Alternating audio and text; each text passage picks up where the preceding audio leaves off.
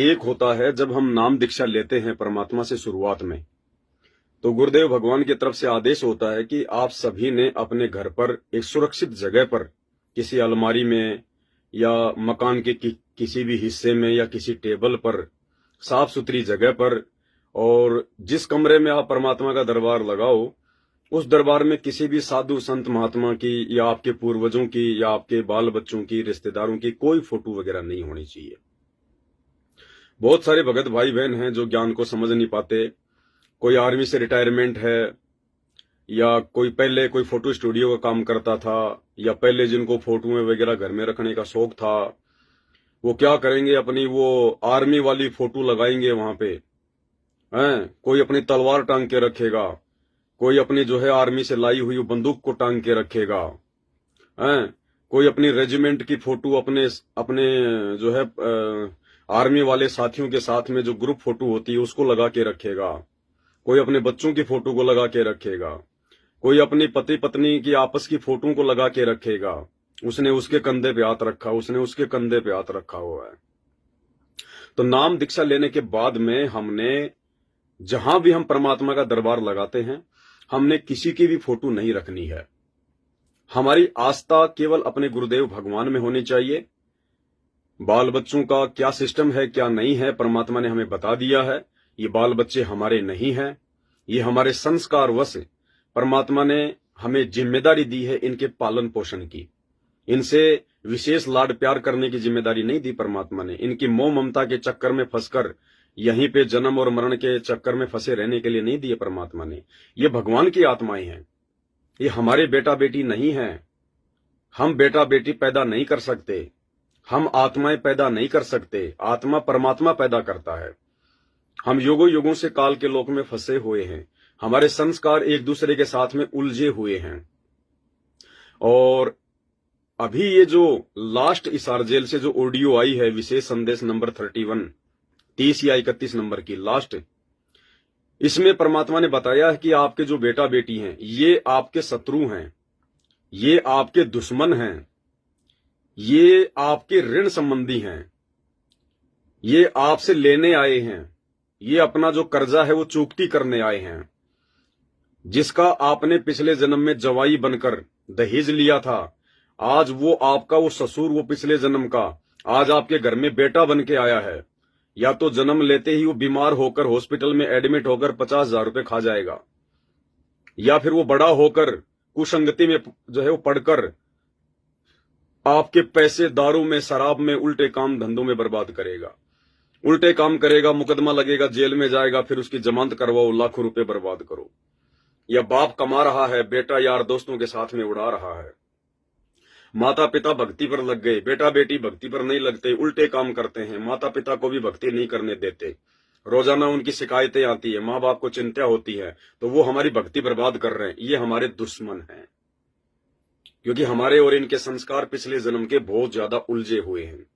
भाई और बहनों, काल हमें बहुत ज्यादा जो है मतलब भ्रमणा में रखता है।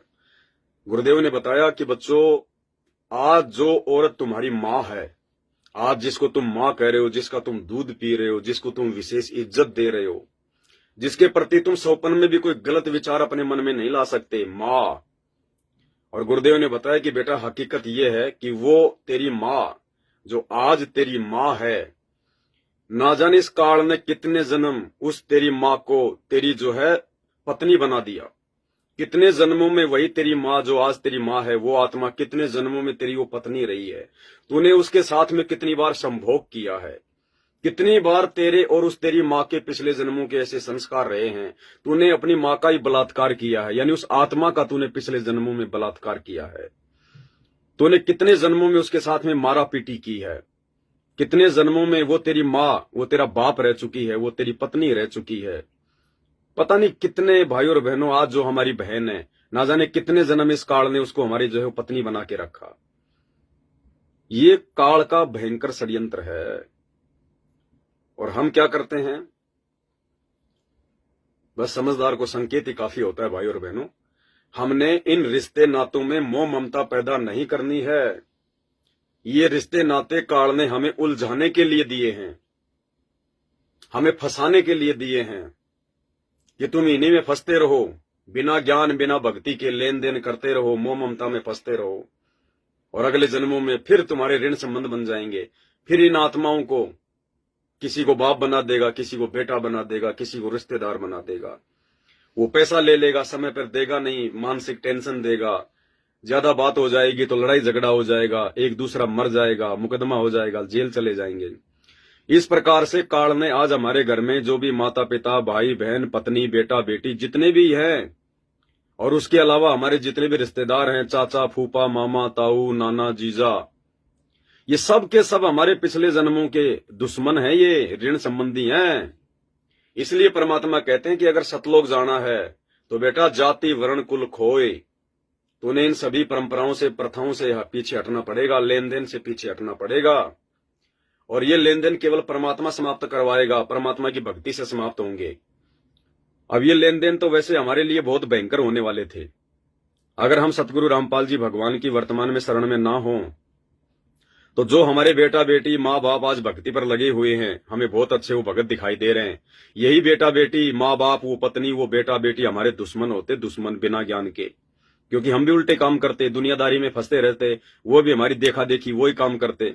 दुनिया वालों की तरह हमारे बेटा बेटी भी बॉयफ्रेंड और जो है वो गर्लफ्रेंड के चक्कर में पड़ जाते हैं, उल्टे सीधे काम करते, किसी होटल में पकड़े जाते, पुलिस उनको थाने ले जाती, फिर उनको छुड़वा के लेके आते, किसी के ऊपर जो है मतलब छेड़खानी का मुकदमा लगता है, फालतू की डिमांड करते, कोई गाड़ी मंगवा लेता, एक्सीडेंट हो जाता, हॉस्पिटल में पड़ा होता।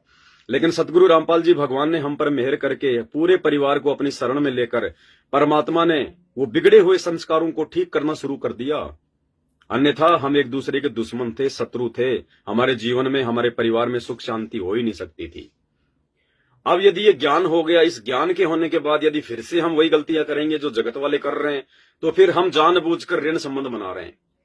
माता बहन बुआ घर पे आती है, दुनिया भर का पैसा देते हैं, जाते समय 100 200 500 रुपए, 2-4 जोड़ी कपड़े दे दिए, एक जोड़ी भी नहीं देनी, 1 रुपया भी नहीं देना। बहन बेटी बुआ आराम से आओ, प्यार से रखो, 2 दिन रहो, 4 दिन रहो, कोई बात नहीं, घर में भगवान का उसको सत्संग सुनाओ, बढ़िया उसको खाना खिलाओ, बढ़िया उसको इज्जत दो, जाते समय कुछ नहीं देना, कुछ नहीं देना। ये लेन देन हमने समाप्त करना पड़ेगा। तो भाई और बहनों, इस प्रकार से ये हमारे ये शत्रु हैं, ये मीठे शत्रु हैं, ये जो आज हमें अपने बेटा बेटी लग रहे हैं, ये हमारे मीठे शत्रु हैं। घर में कोई बेटा पैदा हुआ, कोई पोती पैदा हुई, कोई पोता पैदा हुआ, बहुत बहुत सुंदर है, गोल मटोल है, उसका गोरा जो है उसका रंग है, उस बच्चे को सब खिलाएंगे, रिश्तेदारी में जाएंगे तो सब उसको प्यार करेंगे, कितना सुंदर बच्चा, कितना सुंदर बच्चा है। माता पिता, दादा दादी 24 घंटे उसको चूमेंगे, उसको देखे बिना रह नहीं सकते। और भाई और बहनों, वो बच्चा, परमात्मा ने बताया कि ऐसा ही एक बच्चा था, एक बहन अपनी माँ के घर पे आई हुई थी, अपने बच्चे को भी लेके आई हुई थी, बच्चा इतना ही वो सुंदर था, सब उसको प्यार करते थे, लाड प्यार करते थे। वो माँ बेटी आपस में बात करने लग गई, बच्चा खेलता खेलता उस मकान से बाहर चला गया, और बाहर एक पंखा चल रहा था, पंखे के तार जो है नंगे थे, वो पलक में लग रहे थे। अब छोटा बच्चा था, वो घुटने के बल जाता जाता और उसने वो पलक से वो तार खींचकर अपने मुंह में ले लिया, बच्चा मर गया। 1 घंटे बाद माँ बेटी दोनों बात करके बाहर निकली तो देखा बच्चा मरा हुआ है। अब वो बच्चा उनको दुख दे गया, वो बच्चा उनको परेशानी दे गया। उस बच्चे के दुख में क्या पता उस माँ को सदमा आ जाए, उस दादी को सदमा आ जाए, उसकी माँ पागल हो जाए, बेहोश हो जाए कि मेरा एक ही बच्चा था वो मर गया। तो दे गया दुख, दे गया परेशानी। वो बच्चा अपना बदला पूरा कर गया, वो आपको दुख दे गया, परेशानी दे गया, आपको हॉस्पिटल में एडमिट करवा गया मरते मरते, क्योंकि आपने भी पिछले जन्म में उसके साथ में इसी प्रकार की कुछ घटनाएं की हुई है। तो भाई और बहनों, यहाँ कोई सुंदर नहीं है, कोई अच्छा नहीं है, कोई गोल मटोल नहीं है। अगर आज इस गोल मटोल के चक्कर में, सुंदरता के चक्कर में बाहर नहीं निकले, विशेष मोह ममता से बाहर नहीं निकले, तो अगले जन्म में ये काल हमें ऋण संबंधों में बांध के गोल मटोल बना देगा। गोल मटोल बिना पैंदे की लोटे की तरह घूमते रहेंगे, डोलते रहेंगे, फिर यहीं 84 में चक्कर काटते हुए। तो इस प्रकार से हमने इन रिश्ते नातों को भी जो है डाउन करना है, और घर पे जहां परमात्मा का हम दरबार लगाएंगे वहां पे हमने अपने बेटा बेटियों की, हमारे पोता पोतियों की, या अपने बच्चों की बचपन की फोटोएं, ये भी काल का बहुत बड़ा एक षड्यंत्र है। जिन जिन भाई बहनों के मोबाइल में अपने बेटा बेटियों की उनकी बचपन की फोटोएं हैं जिनको कभी कभार वो देख लेते हैं कि देखो तू पहले तू कितना सुंदर था, तू कितना छोटा था, मैं तेरे को नहला रहा था, देख तू हंस रहा था। भाई और बहनों, ये काल का षड्यंत्र है। ये काल हमारे को चार्ज करता है। गुरुजी हमें मोह ममता से दूर करना चाहते हैं ज्ञान देकर। काल हमें वो मोबाइल में, वो एल्बम में वो फोटो दिखा दिखा के, किसी भगत भाई बहन की शादी की फोटो, अरे लाओ आज तो वो एल्बम देखेंगे तुम्हारी शादी का। अरे देखो ये मामा जी, अब तो मर गए मामा जी, देखो पहले ये मामा जी कितने हट्टे कट्टे थे। अरे ये देखो बुआ की लड़की, हाँ आजकल तो अमेरिका रह रही है। और ये देख रहे, ये देख रहे, अरे लोकेंद्र देख तू पहले छोटा सा था। अरे अंशिका, अरे देख तू पहले, देख पहले तू कैसे रोया करती थी, है तेरे को ये पुचकार रहा है। भाई और बहनों, ये सारा का सारा काल का षड्यंत्र है। अंशिका बहन जी, अब सारी मोबाइल में जो तेरी फोटोएं हैं मैं डिलीट करूंगा लाइव आने के बाद में। दीपक भगत जी की भी फोटो है, वो भी मैं डिलीट करूंगा सबकी। तो ये भी काल का भयंकर षड्यंत्र है भाई और बहनों, बहुत भयंकर षड्यंत्र है ये। परमात्मा हमें इन चीजों को भुलाना चाहते हैं और ये काल हमें उन चीजों के माध्यम से रिचार्ज करता है, वापस मोह ममता हमारे अंदर भरेगा। तो ये भी काल का भयंकर षड्यंत्र है।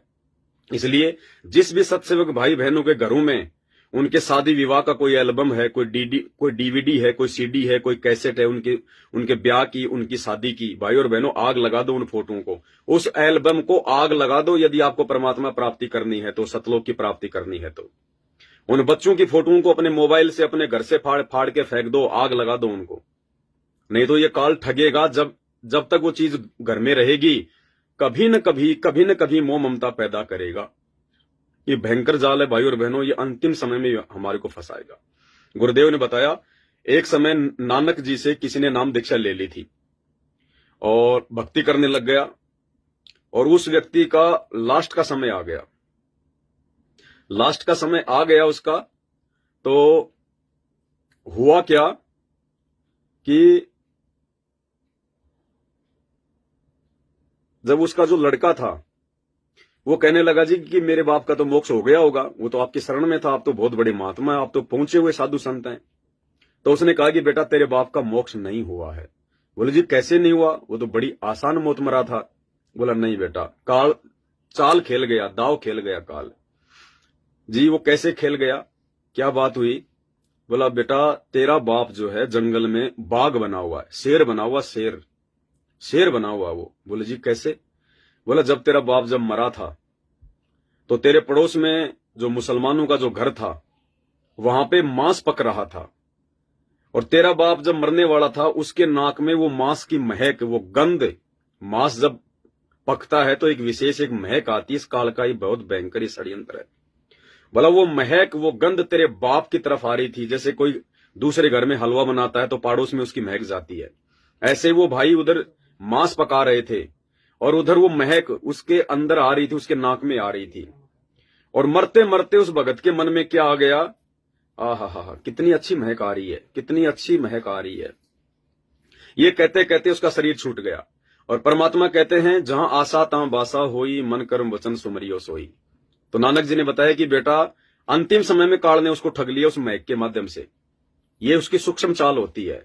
तेरे बाप की जो सुरती थी, जो ध्यान था, अंतिम समय में परमात्मा में होना चाहिए था, नाम सुमरण में होना चाहिए था, सतलोक में होना चाहिए था कि मैं सतलोक जाऊंगा, मेरा समय आ गया, हे भगवान जल्दी से शरीर छुड़वा दो, मैं आपके साथ जहाज में बैठ के मैं सतलोक जाऊंगा, अपने लोक में जाऊंगा।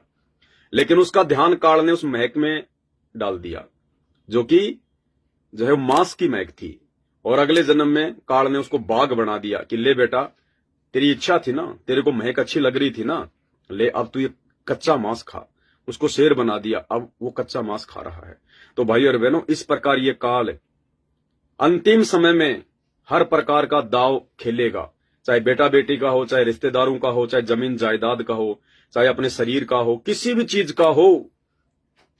जहां वो काल को लगेगा कि इस चीज में अभी भी इसकी आस्था है, वो वही दाव खेलेगा। इसलिए भगवान ने आके खुद यहाँ पे ज्ञान देना पड़ता है, ये सत्संग करने पड़ते हैं, 100 प्रमाण देने पड़ते हैं।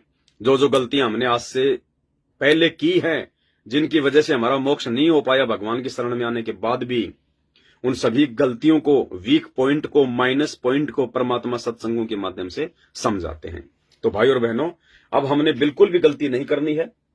अपने घर में, अपने दरबार में, कहीं भी हमने कोई भी फोटो किसी भी रिश्तेदार की, साधु संत महात्माओं की, अपने बाल बच्चों की, या जहां भी आप पहले किसी आर्मी में या पुलिस में कहीं भी नौकरी करते थे, आपके उन बड़े बड़े जो है वो जनरल की, वो कर्नल की, आपके कमांडो की और आपकी, कि ये मेरे देखो मेरी जवानी की फोटो, जब मैं फौज में भर्ती हुआ था तो मैं ऐसा लगता था।